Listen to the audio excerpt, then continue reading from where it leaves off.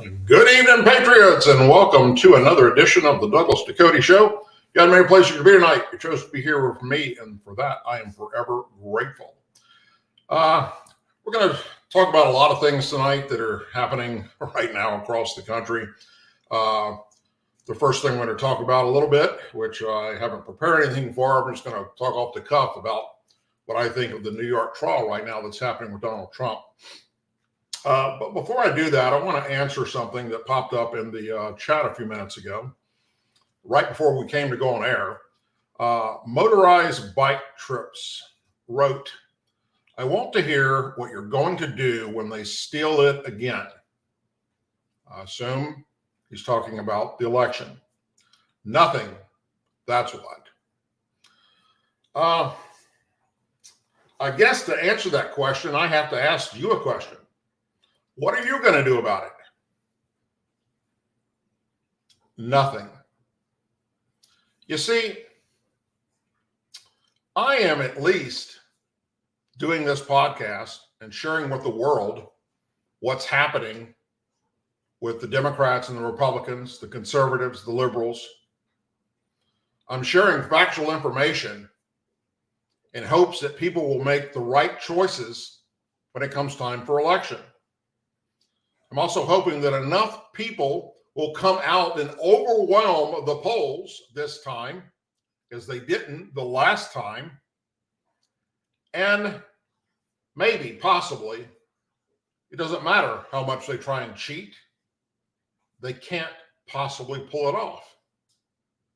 Because, you see, the American people that did vote for Joe Biden, whether you believe the election was rigged or not, those that voted for him, well, there's one thing they all know right now that they didn't know beforehand. And that is he's destroying everything American.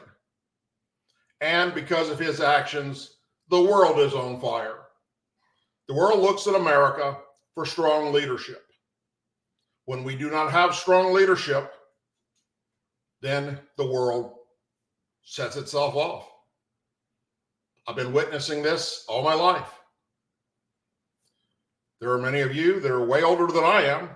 I'm 62, that have been witnessing this all of your life. Every time America has strong leadership at 1600 Pennsylvania Avenue, for the most part, the world stays in check. And when you get weak-ass leadership, things fall apart. So the American people have had the opportunity 4 years to pay for groceries that are outrageous, gasoline prices that are outrageous, medical bills that are outrageous. Watch what's happening on our southern border, wide open, Biden blaming it on everybody but taking responsibility. It's all his responsibility. He removed all of Trump's policies that were working on the southern border. Those that voted for Biden are now aware of this, because of people like me that bring it to the American people straightforward, not politically correct, and exactly how it is. Now, other than that, what else could we possibly do? Oh, I don't know. Do you think for one moment that I or you, motorized bike trips, could organize a militia? Is that what you're thinking we could do about it? That we're going to go gather up our AR-15s and take to the streets and go to Washington, D.C. and take back our country? That doesn't work. If you followed this show, you would know, because I've already laid it out plain and simple a long, long time ago, how that the system has been rigged against all Americans, to where what the Second Amendment was written for cannot be utilized.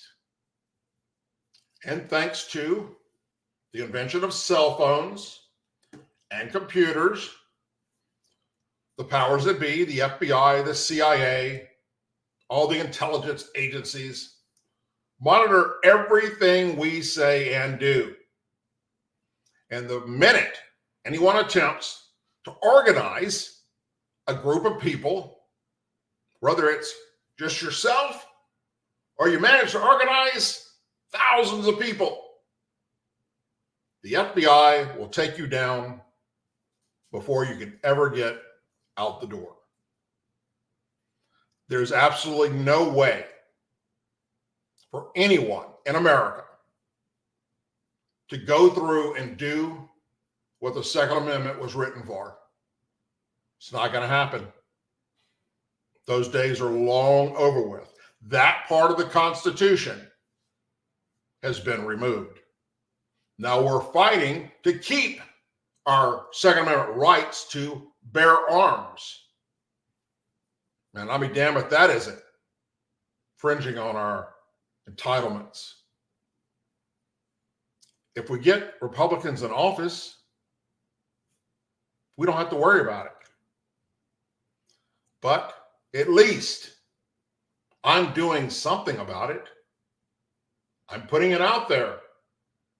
What's going on so people know and they can make an educated decision.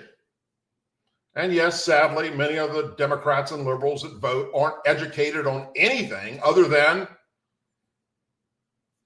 what they hear from places like MSNBC and CNN, which brings us to what I'd like to open with, a little off-the-cuff talk about this trial that's coming to a close in New York, where Alvin Braggs brought criminal charges against Donald Trump for basically trying to rig the election. He tried to say that the payments that were made to Stormy Daniels, the porn star, whore, slut, whatever you like to call her, she's definitely not a nice going church girl, were done from campaign donations, and that it was illegal, and that was done so to swing the election in Donald Trump's favor. So, audio is available from this entire trial. Video is not. Donald Trump has been given a gag order. The judge is biased against Trump. Regardless of all the things that the judge has done during this trial that no other judge would do or should do, in the end, he will probably be barred and lose his law license and never be a judge again. That's how bad this is. There have been many times where this should have just been shut down by any judge that actually followed the rule of law. But not this guy. Oh no, not this guy. This guy's a piece of work. Put a gag order against Donald Trump and Donald Trump only, that he could not say anything about the witnesses that would be testifying against him, but yet did not put a gag order on the witnesses. He allowed Stormy Daniels and Michael Cohen, Trump's former attorney, to say whatever they want and go out and say they did. They've been all over social media, all over MSNBC, all over CNN, all the liberal stations, slamming Trump, slamming, doing all kinds of things that Trump can't do. They cut Donald Trump's tongue off, basically, and said, if you break this, we're going to fine you. He broke it. They fined him. He broke it again. They fined him again. And finally, the judge said, the next time you do it, guess what? I'm going to send you to jail. What do? We know that the judge should have recused himself way before this trial ever started. And he was asked to, because there's a long history of him donating not only to the DNC, but also to Joe Biden's campaign. On top of that, we know that the judge's own daughter, who Donald Trump was talking about when this trial was starting up and letting everybody know how biased this was. Not only did she work for Kamala Harris, but she also worked for Joe Biden's campaign. The conflict of interest here is going to go down in history as the most corrupt trial to ever take place. And then let's look at Alvin Bragg's. We don't know. It's coming to an end. The two bombshell witnesses, Stormy Daniels and Michael Cohen, haven't exposed the bombshell yet. And if anything, they made themselves look really, really bad. And Michael Cohen will probably go back to jail again for what we witnessed happening. Now,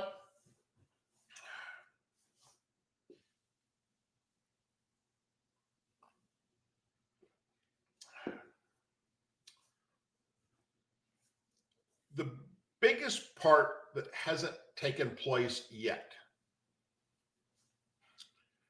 is Alvin Bragg has not laid out to the jury what the crimes are. The jury has had the opportunity to listen to document experts, those that control the money in the Trump campaign and checks and things like that. They got to listen to Stormy Daniels talk about the affair that Trump says didn't happen and slander Donald Trump in this courtroom and talk about the sexual stuff that took place, all of which should have never been allowed in because it has nothing to do with this. But even so, being married, let's say Trump did do this. Being married and having sex with anyone else is not a crime in America. It's morally wrong. It's not a crime. Then there's the whole thing about hush money payment to get her to not talk about this supposedly affair. That works both ways. There have been many people, wealthy people, that have paid off someone and did a non-disclosure agreement with them to shut them up because it's cheaper to do that than it is to go to court, for crying out loud, and trying to shut them up that way because that's going to cost way more money, millions. Trump tried it that way. And guess what? Stormy Daniels lost and has to owe Trump all of his attorney fees, which he's vowed will never pay. So now Trump's left with this non-disclosure thing. Here's X amount of dollars. Shut your mouth. Primarily because he didn't want this information getting out in the media and his wife having to hear it or his kids having to hear it, for crying out loud. True or not true? I don't know. I wasn't there. Regardless, there's no crime there. You know how many people Bill Clinton paid off, women that were coming out and accusing him of sexual harassment? And they got paid to shut up? Look that up, liberals, if you don't know. And many other members of Congress, for crying out loud, and senators and congressmen and women, other presidents, other businessmen. And guess what? That's not a crime. So our FBI and the former district attorneys of New York looked at this case. It's been looked at several times to try and bring these charges against Donald Trump. And every one of them said there's no crime there. Alvin Bragg, in his run-up to be elected as the DA, goes out, just like some of these other DAs that are going after Donald Trump, like in Georgia, for instance, and ran on, if you elect me, I will put a nail in this guy's coffin. I will take him out at the knees. All of that rhetoric and talk without even knowing the facts of what the FBI and the Department of Justice had already seen,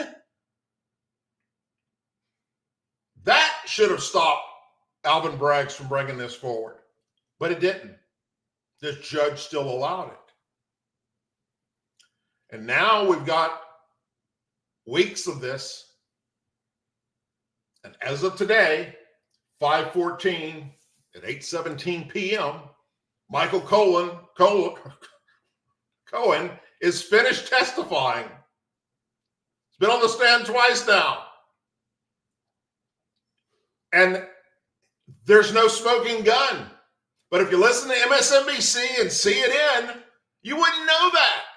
You would think that, oh my gosh, boom, the nail was driven and it's over with and Trump's going to jail. Instead of listening to the legal scholars across America that are paying attention to this trial, Democrats and Republicans, liberals and conservative ones, all saying the same thing I'm telling you right now. DA Braggs is yet to prove a crime took place. He put all of his eggs in the baskets that Michael Cohen would pull this out at the end. That's why he was the last person to go up as a witness. And they announced today that he is the last witness. There will be no more. So now it's the defense turn to question Cohen. And they disassembled that son of a bitch over the course of the day. And they let the jury know, those 12 men and women, how are you going to believe this man who is very polite and nice and in a suit and tie and is soft-spoken? How are you going to believe that when here's the real Michael Cohen? And they shared all the stuff he's put on social media. They shared all of his podcast stuff. They shared how he really is. And even got him to admit that he will do anything it takes to see to it that Donald Trump goes to jail. A known perjurer. He perjured himself not only with the FBI, but with Congress. He's got several felony convictions over the past 2 years over all this stuff. He went to jail because of all this stuff. A known felon that lied to the FBI, lied to the Department of Justice, lied to the judges in the trials that he was going up against, is their star witness, who the judge did not stop from talking shit about Donald Trump every second he got that a camera went in his face or on his podcast. Allowed him to just spew whatever he wanted out of his mouth. Horrible things about Donald Trump. He allowed Stormy Daniels to do the same thing. Put a gag order on Donald Trump. That's the kind of justice system I've been watching take place in New York in this trial. So it all comes down to closing arguments, which will be soon, and these 12 men and women. Now, obviously, I've not been in the courtroom, but every day I read the transcripts from what took place, and I listen to those that are in the courtroom. They're sharing their information with me and the world. There is only one way Donald Trump gets convicted with the evidence that we have seen, which doesn't exist. And that is if those 12 feel about Donald Trump the way Stormy Daniels and Michael Cohen feel, and this judge feel about Donald Trump. And regardless of the fact that the case was not, the DA did not prove beyond a reasonable doubt that Donald Trump is guilty of anything. They don't care. They don't care what the evidence was. They don't care if there was no smoking gun. They hate Donald Trump because they're liberal pieces of shit. That's their only thing. That's the only way you get a conviction out of this. And that's what they're banking on. D.A. Braggs knows he didn't have a case. Former Department of Justice failed to do anything with it. Former DAs in New York failed to do anything with it because there wasn't anything there. Braggs made all this shit up and tried to convert and torque evidence that you can't do on a case that already passed statute of limitation. And the judge still allowed it to go forward because he hates Donald Trump as well. These are Trump derangement syndrome people. If you take 12 people, I don't know where you're going to find 12 people that don't know who Donald Trump is, but let's say you were able to do that. 12 people have been in a coma for the past 20 years, and they just woke up. And you brought them in that courtroom, and those 12 people listened to everything else that these 12 are listening to. You know how long they would deliberate for? As long as it takes to do the first round of voting. Walk in there. Let's take our vote, which they always do at the beginning of everything, just to see where they stand. Every one of them would say, not guilty. And within 30 minutes, they'd walk back out and say, Judge, we have our answer. And it's over with. Done. Stick a fork in it. But we don't know what these 12 people are thinking in their head. Rather, they're sitting there thinking, I hate that orange son of a bitch, and I believe everything that all the left has told me about him.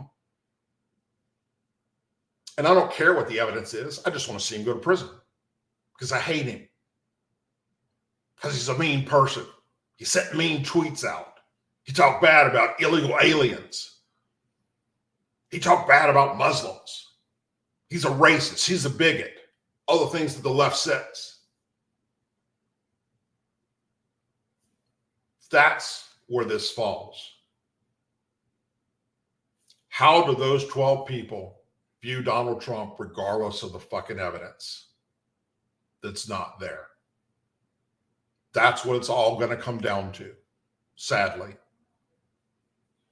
The rest of the world that paid any attention to this, that's not Trump derangement syndrome affected, know damn good and well that this case should have never been brought to trial, as it was refused to be brought to trial twice before, because there's nothing there. And there we sit, waiting to see what's going to happen, and closing arguments coming up. And that's all D.A. Braggs cares about, all this judge cares about. 50-50 crack shoot.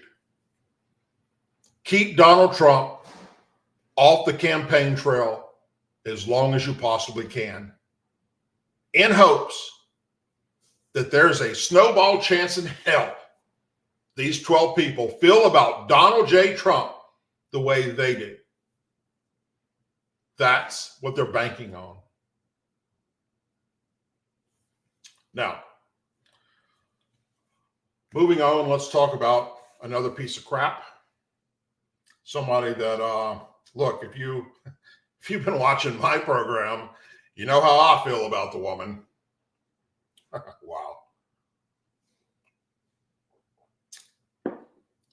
You know my feelings about Hillary Clinton, if you watch the Douglas Ducote Show on a regular basis. And if you don't, I'll let you know. I feel that she is lower than the slime that comes off of a snail moving across the ground. I can't recall a single time that that woman said anything that I agree with. I find everything about her to be anti-American, and I view Hillary Clinton as a subhuman piece of crap. Found nothing that I agree with her until now. So I will give credit where credit is due. That's something that most people don't do in podcasts or even in the mainstream media. But I will. Senator Chris Van Hollen, a Democrat, accused former Secretary of State Hillary Clinton of being quite dismissive of students' concerns when she ripped anti-Israel student protesters as being ignorant about Middle Eastern affairs. She said, and I agree with her, those students don't know much at all about the history of the Middle East, or frankly, about history in many areas of the world, including our own. Specifically, Clinton pointed to an offer her husband, former President Bill Clinton, made to then Palestine leader Yasser Arafat when he was the president. They don't know that an offer was made to the Palestinians for a state of 96% of the existing territory occupied by the Palestinians, Clinton said, with 4% of Israel to be given to reach 100%. So we were going to see to it they got 96%, and Israel was going to see to it they got the other 4% to reach 100% of territory, which was what they wanted. Excuse me.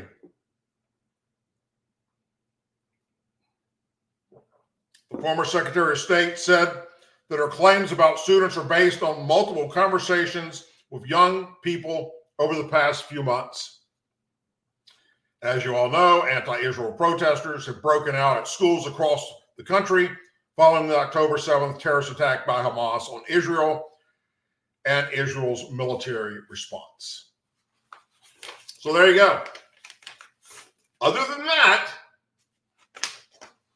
Hillary Clinton is a lowlife, subhuman Mongol. Speaking of another anti-American subhuman Mongol, if you remember back to January 2016, Whoopi Goldberg proudly posted all over social media and spoke it loud and clear on The View, where she's a host. If Donald Trump gets elected, I'm moving to another country. Well, View co-host Whoopi Goldberg told former President Trump she's not going anywhere after he recently shared on his social media platform mocking her past remarks about fleeing the country if he were to win the 2016 election. On yesterday's episode of the political talk show The View, Goldberg dismissed the meme while talking and aim horrible things at Trump. You know what I'm a little agitated about? That man had something to say about me, she told the audience, calling the meme crazy. Directly addressing Trump through the camera, Goldberg continued, "Look, I'm not going anywhere, okay? And it's not for the reason you, little snowflake. It's not for the reason you think." Goldberg knocked Trump for saying nobody wants her, touting her contract to stay on as co-host of The View, although she didn't specifically say the length. "I know where I'm going to be because I got a contract. So I'm going to be here where I'm wanted for the next couple of years," she retorted before cutting into a commercial. The meme that Trump shared on Sunday depicts a distorted photo of Goldberg with the text, "I'm moving to Canada for sure this time." Above the meme, the Republican presidential candidate wrote, "Canada doesn't want you, Whoopi. Nobody does." However, back in January 2016, she suggested she'd move out of the U.S. if Trump was elected. "I've always been an American, and this has always been my country.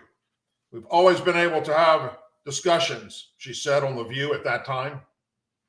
And suddenly now it's turning into, not them, not them. And we have a lot of friends whose parents saw this already. They don't want to relive this. They don't want to relive this. So I need all the candidates to get together, get back to American values. I don't think that's America. I don't want it to be America, she added.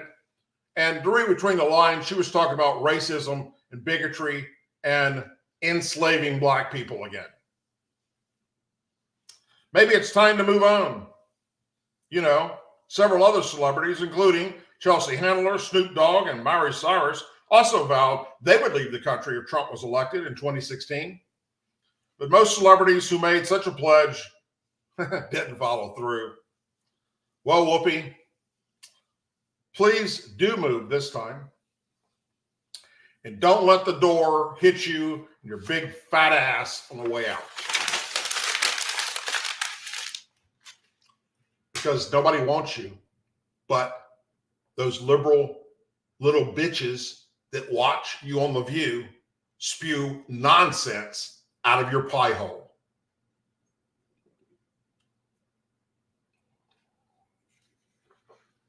Now, I want you all to imagine something for a moment.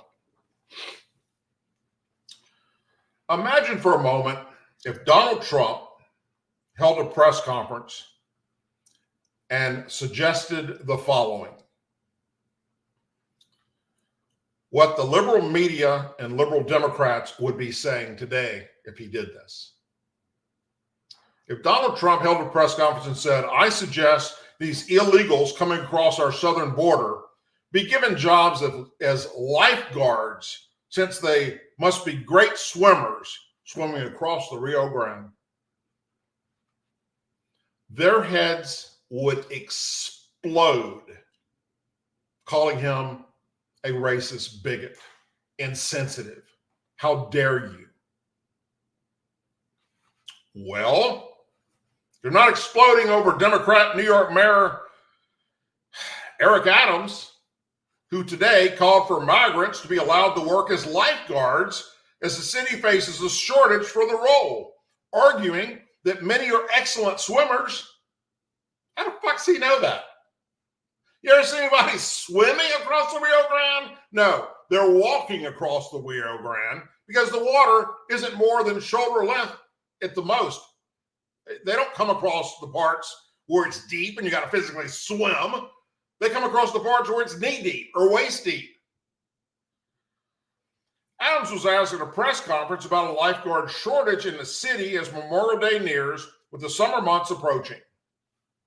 He said the situation could be helped if we had a migrant and asylum seeker plan that states those jobs we have that are in high demand, and we could expedite it. How do we have a large body of people in our city, our country, that are excellent swimmers, and at the same time, we need lifeguards? And the only obstacle is that we won't give them the right to work to become a lifeguard, he said. That just doesn't make sense. He listed off other occupations, including food service workers and nurses, where the Big Apple may face shortages. Hell, I'm surprised he didn't say lettuce pickers. We have all these eligible people waiting to work with the skills we need to fill the jobs, but we're unable to allow them to work because of bureaucracy is in the way, he said. That just doesn't make any sense. The city has been grappling with migrant crisis that have enveloped the city in recent years. Officials recently said there have been more than 1,950,000 migrants who have entered the shelter system since 2022. And more than 65,000 are still in the shelter system right now. Adams is one of a number of blue city mayors who called for additional funding and expedite work permits aimed for moves from the federal government. A spokesperson for Adams earlier this week told Fox News that a national humanitarian crisis requires a national solution. Although you didn't say shit when Texas was the only only state that had this problem. In fact, I told Texas it should shut the fuck up. Deal with it. It's your problem. We're sanctuary cities. And then Texas went, okay, put Put your mouth where your money is. Put your money where your mouth is. Watch this shit. And started busting them up there. Then things changed. Spokesperson said they continue to call on New Yorkers to urge the federal government for meaningful financial support to create a national resettlement strategy for migrants and to finish the job they started by allowing the hundreds of thousands of those they let into this country to immediately work. That's right, you're right, they did let them in. But the comments today by Adams drew sharp reaction online from conservatives, some of whom compared the New York governor, Kathy Hochul's recent claim that black children in the Bronx don't know how to use a computer or don't know what the word computer is, a statement that she later walked back.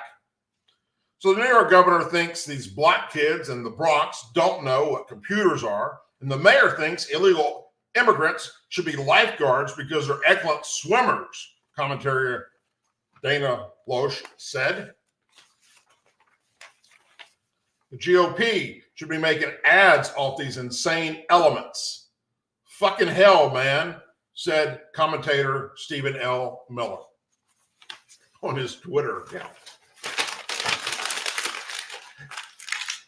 They're excellent swimmers coming across the Rio Grande, so let's hire them as lifeguards.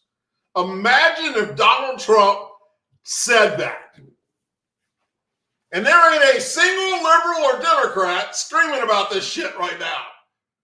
None of them.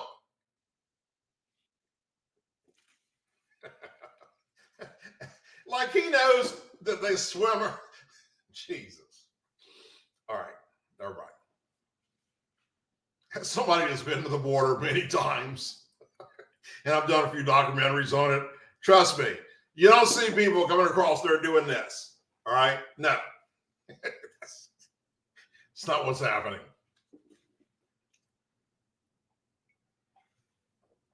I would like to share with you a piece by Iowa Senator Joni Ernest, who is also, by the way, a U.S. military combat veteran. And this is pretty strong. In President Joe Biden's world, Iran gets sanction relief, and Israel gets its weapons revoked. The Middle East is on fire because of Biden's feeble leadership and his unwillingness to stand by our greatest ally in the region at a time of critical need. Sadly, I'm not surprised by Biden's move of his moral duty to support Israel. During his tenure, the president has repeatedly demonstrated that he prefers to appease our enemies rather than help our allies. The trend started with Biden's disastrous withdrawal from Afghanistan when he abandoned Americans and Afghan allies to suffer under Taliban rule. As a result, terrorists rejoiced at his decision instead of trembling in fear. Just last week, I returned from Israel, where I advocated for the release of American hostages held captive by Iran-backed Hamas, and reassured Israeli officials, including Prime Minister, that America has your back. While my message rings true, the Biden administration is sending a much different one. I was still in Israel when I heard reports that Biden was withholding ammunition from our ally. That's truly unbelievable. Choosing to deny critical munitions to Israel is irresponsible, and it reeks of politics. The very weapons he purposefully revoked are kits to convert bombs into precision-guided ammunition. Preventing these weapons from reaching Israel's hands only contradicts the Biden administration's self-professed goal, which is to push Israel to conduct precise strikes against Hamas to reduce civilian casualties. As Netanyahu said to me and to the world, the U.S. withholding precision-guided capabilities from Israel won't stop their efforts to defend their country and their citizens. But the reality is, Biden's decision could make it harder for Israel to avoid civilian deaths. In April, Congress, with the help did its part to stand with our ally by approving critical weapons support. Leading up to the bill's passage, Biden said the aid to Israel was critical and that swift and decisive action was required, ensuring the government of Israel has everything it needs to defend itself. That was Joe Biden's words. Yet, when it is his time to act, he fails to do so. Time and time again, over the last 7 months, the administration has reassured the American people their commitment to Israel's security is ironclad. That's clearly a bunch of bull. Any weakness in U.S. resolve right now only incentives Iran-backed Hamas to continue its massacre and certainly to walk away from any ceasefire negotiations.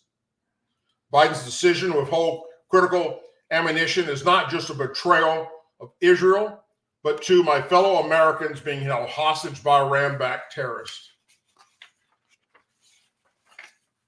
The president is capitulating the anti-Israel, pro-Hamas mob of his party and doing so at his own peril. You've made your choice, Mr. President.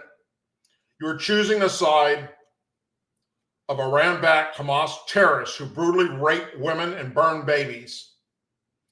You're choosing the side of anti-Semitics who are ruining the lives of Jewish students across the country here in America. Now you will live with the consequences, and most gravely, so will the American hostages and U.S. service members being targeted daily by Iran proxies. We already have the mouthpiece of Hamas here at home, violating and violently protesting on college campuses. We don't need it in the White House. Republicans will not waver in our support for Israel and our Jewish friends. Never again is right now. And we will be on the right side of history, not you.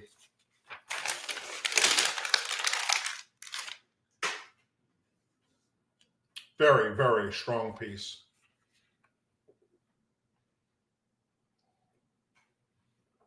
Secretary of State Anthony Blinken, that low-life piece of shit, this past Sunday delivered one of Biden administration's strongest public rebuffs of Israel, aimed the war with Hamas in Gaza. During a pair of TV interviews, Blinken said the United States wants Israeli forces to get out of Gaza, aim what he described as a horrible loss of life of innocent civilians. He also said Israel's tactics in the war have failed to neutralize Hamas and could create a power vacuum in the Palestinian territory. When asked about the U.S. withholding high payload bombs to Israel, America's ally, Blinken said, "We believe two things. One, you have to have a clear, credible plan to protect civilians, which we haven't seen. Second, we also need to see a plan of what happens after this conflict in Gaza is over. And we still haven't seen that because what we are seeing right now, we don't like. We're seeing parts of Gaza and Israel has cleared of Hamas, where Hamas is coming back, including in the north, including in other regions." He added, "As we look at Rafah, they may go in and have some initial success, but potentially at an incredibly high cost to civilians, but one that is not durable, one that's not sustainable, and they will be left holding the bag on enduring insurgency because a lot of armed Hamas will be left, no matter what they do, or if they leave and get out of Gaza, as we believe they need to do." That's the Secretary of State, the mouthpiece for Joe Biden. Then you're going to have a vacuum, and a vacuum that's likely to be filled with chaos, by anarchy, ultimately by Hamas again. The comments came during an appearance on CBS Face the Nation. Biden also had an interview on NBC's Meet the Press, where he echoed, for the first time publicly by a U.S. official, the findings of the new Biden administration's report to Congress on Friday that said Israel's use of U.S.-provided weapons in Gaza likely violated international humanitarian law. When it comes to the use of weapons, concerns about incidents were given the totality of the damage that's been done to children, women, and men. It was responsible to assess that in certain instances, Israel acted in ways that are not consistent with international humanitarian law, Blinken said, condemning the horrible loss of life and innocent civilians. We treat Israel as one of our closest allies and partners, just as we would treat any other country, including addressing something like international humanitarian law and its compliance with that, he continued.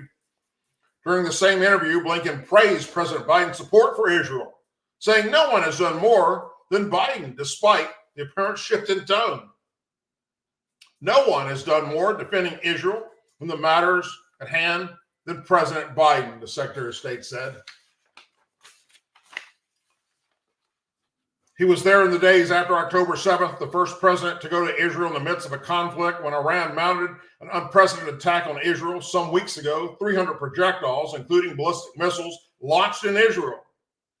The United States, for the first time ever, participated in its act of self-defense. The President Biden brought together a coalition of countries that helped defend Israel, Blinken told the Israeli defense minister on Sunday, reiterating the U.S. opposition to Israelis' offensive, given the toll on civilians there, according to the State Department's recount of the call.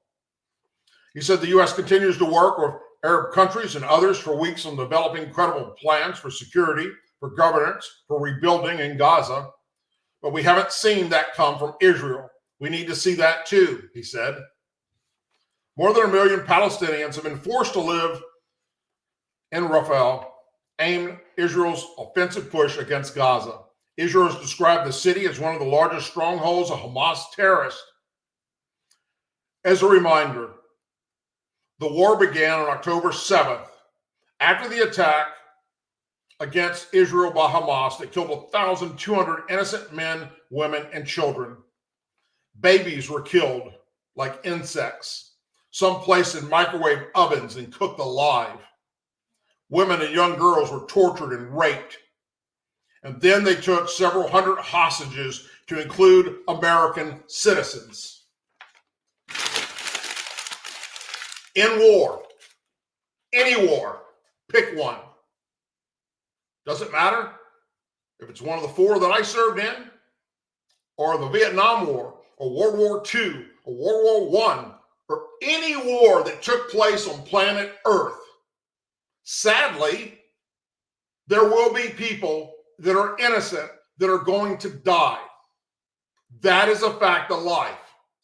How many innocent men, women, and children died when America dropped not 1, but 2 atomic bombs on Japan to end World War II? How many innocent men, women, and children died when America and coalition forces bombed the living shit out of Germany and all over places like France, places in Europe that were occupied by German soldiers? How many innocent men, women, and children died during that? Hundreds of thousands, if not millions. And when you look at what's happening in this situation,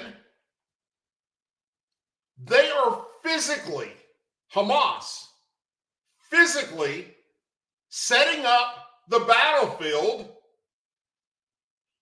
to get the liberal media and the liberal talking heads to support them, the terrorists, by using Palestinians as human shields.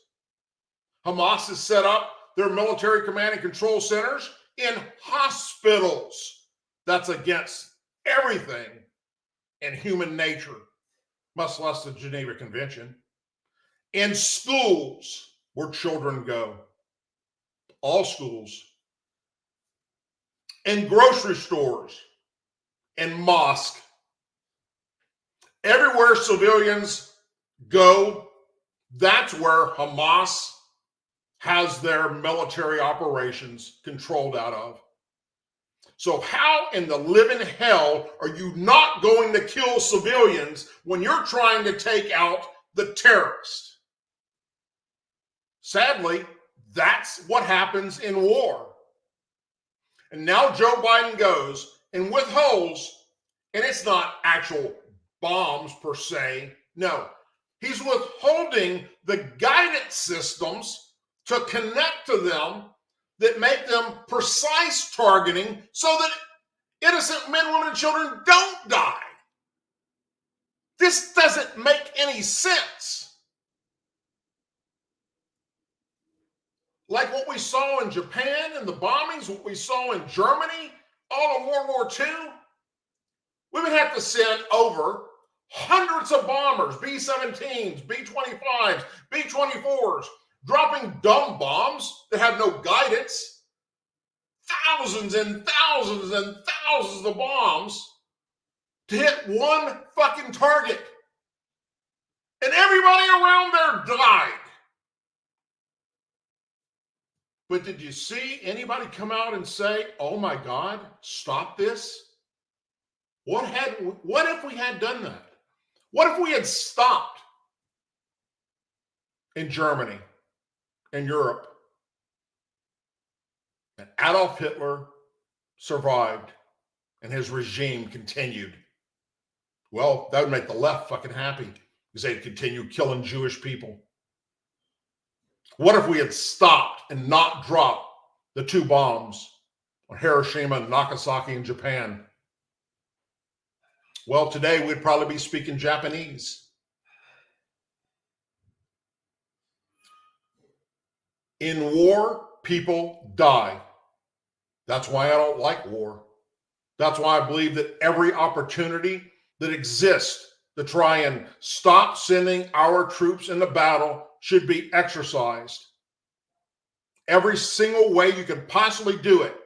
But when it comes to a point where everything you tried doesn't work, the only other way is people will have to die. There's no other way around it. The Biden administration is trying to stop Israel from killing terrorists that are trying to kill them. Because Alihan Omar and Rashid Tlaib and AOC are instigating and pouring fire or pouring fuel on the fires across our college campuses. And Joe Biden believes that he needs them as a voter to get him in to keep the presidency for another 4 more years. He doesn't realize he's lost the black vote. He's lost the Hispanic vote. Hell, he's lost probably at least a quarter, if not half of the Democrat vote because of the way he's acting and the things he's done. I don't see a snowball chance in hell that this time Joe Biden stays in office.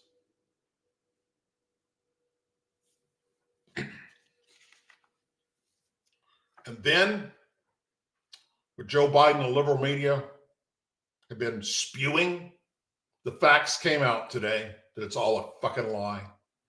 In a dramatic shift, the United Nations Office for the Coordination of Humanitarian Affairs has revised its data pertaining to the number of Palestinian casualties in the 7-month-old Gaza war, reducing almost by half the number of women and children it previously said were killed in hostilities between Israel and the Iranian-backed terrorist group Hamas. According to the infographic published, the daily report, the number of women killed in fighting said to be 9,500, while the organization, which admits to relying on figures from where? The terrorists themselves. Hamas-run Ministry of Health in Gaza, claiming that 14,500 children have been killed in the war since the beginning of October 7th. And that's what these college students are believing. 2 days later, in its report, the UN agency appeared to have cut that number nearly in half, showing instead that some 4,995 women and approximately 7,000 children have been killed in the war, not 14,500. Sadly, one death is too many. But how do you fight a terrorist that's trying to kill you and has killed your men, women, and children that are innocent when they're using humans as shields. And I got one more for you. Why did the Palestinian people not rise up and slay these motherfuckers? Why? You allowed Hamas to take control of your entire country. And folks, I've been there.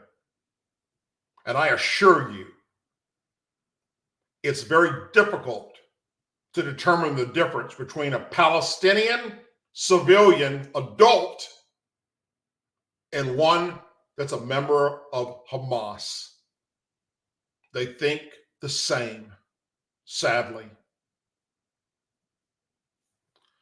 I expect, because of all the outrage that has happened and all the military veterans like myself that have come forward and talked about this shit, and some that have minds way greater than mine and higher ranking than I ever was, that have more detail.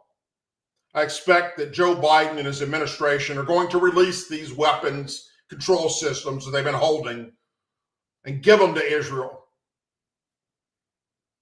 Because by not standing by Israel to completely defeat these terrorists,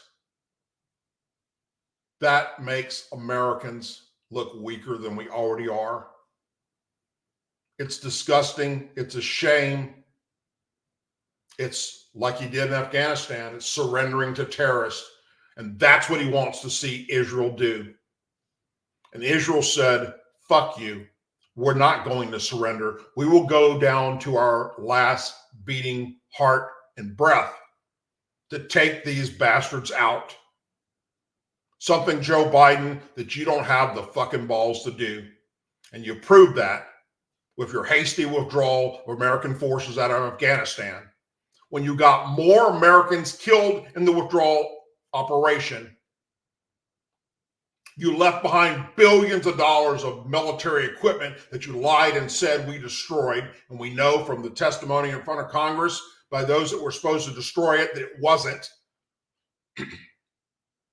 And worst of all, you left behind thousands of innocent Americans that wanted out, to include coalition forces that have been working with us to defeat the Taliban. Whether it's the Taliban or ISIS or all the other names you call them, bottom line is they're the same group of people that supported what happened to us and are responsible for what happened to us on 9/11. And all these years of fighting those fucking terrorists, all the men and women that served in the military that some are maimed for life, missing limbs, and all those that died. You saw to it, Joe Biden and your administration, that they died in vain by the way you conducted this pullout. The blood of all the American forces that served since 9/11 is on your old, feeble hands. If you haven't already done so, please subscribe to the channel, whether you're watching me on YouTube or on Rumble or on LinkedIn or on X. In the description of this and all my videos, you can see the other places you can follow me on social media. Please do so. Tell your family and friends about the show. Spread it, share it. That's the only way we get the message out there. We're getting closer and closer to November. And damn it, we got to continue to push the message and let the American people know exactly what is at stake. And what's at stake is freedom. As always, please say a prayer for our men and women serving the United States military, our veterans, our law enforcement officers, our first responders, and their families, our angel families, our blue and gold star families in our country. May God bless the United States of America, and may God bless each and every one of you. Folks, next Monday, I will finally get where am I at? Over here, my stitches removed from my eye from the cancer they removed. Hopefully by tomorrow or the next day, I will have the results of that. I'm hoping it's going to be benign. That's what I'm praying for. So if you believe in the power of prayer, please join me. And the results of that's going to be whether or not I'm doing Thursday night show, to be honest with you. So let's just, I'm hoping for the best. Take care. I will see you back here Thursday night, hopefully at 8 p.m. Central Time. Whatever you're doing tonight, please be safe. Please be careful. Watch your six, watch your family, and make sure you tell them how much they mean to you. Good night, everyone, and God bless.